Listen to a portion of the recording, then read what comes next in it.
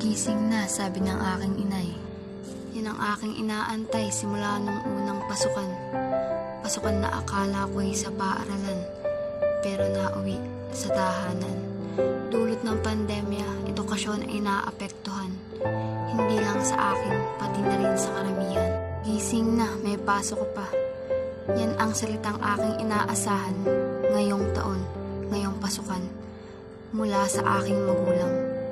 Hindi ang mga salitang, mag-aaral ka pa ba? Baka hindi ko kaya. Baka hindi mo kaya. Baka hindi natin kaya. Pwede bang huminto ka muna? Dulot ng pandemya, pag-aaral ko atay, mauudlot pa. Dalawang paano ang gustong kumawala sa aking bibig. Mga salitang gusto kong iparinig sa mga taong pumapanig sa maliligali. Una, paano ko ba ipamumulat sa aking mga magulang, lalo na sa kapwa ko kabataan, na ang dilubyong ating nararanasan ay hindi magiging hadlang sa ating kinabukasan. Pangalawa, paano ko ba ipararating sa kanila ang mensaheng hindi ka nag-iisa? Hindi ka nag-iisa dahil meron tayong pamahalaan na kayang gumawa ng paraan upang ang pandemyang ito ay matuldukan. Hindi ka nag-iisa dahil meron tayong Departamento ng Edukasyon na kayang gumawa ng paraan upang tayo makapagpatuloy sa pag-aaral kahit tayo nasa tahanan. Hindi ka nag-iisa dahil meron tayong mga guro na kayang gumawa ng paraan para tayo magkaroon ng maraming kaalaman. Puro hinaing, puro dahilan.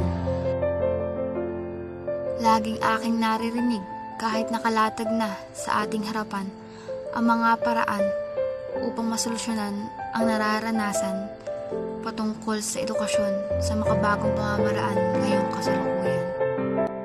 Makabagong paraan, makabagong daan.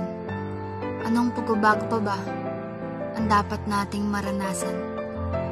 Anong mga diskarte pa ba ang dapat nating matutunan?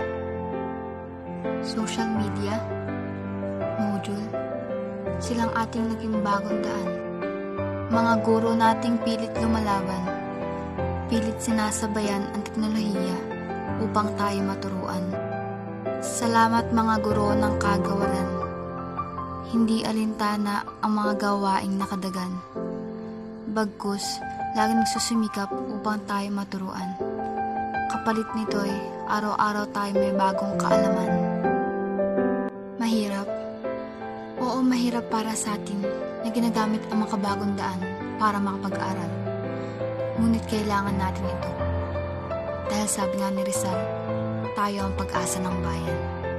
Ang bagong pamamaraan ng pag-aaral ay may bagong pagkatuto sa kasalukuyang henerasyon. Mga bagong kaalaman para sa ating nasyon. Guro man ay hindi handa, subalit ang mga estudyante ay patuloy na naghahanda. Mahirap man para sa sistema, ngunit ang mahalaga ay may natutunan ka. May mali man sa sistema ng edukasyon sa aming bansa, ngunit hindi nito kailanman may tutumba ang karunungan ng mga kaguruan. Pagtitiyaga, pagsusumikap, ating kailangan ngayong kasalukuyan. New normal learning, mabisang paraan. Upang magandang edukasyon ay ating maisakatuparan para na rin magkaroon ng magandang kinabukasan.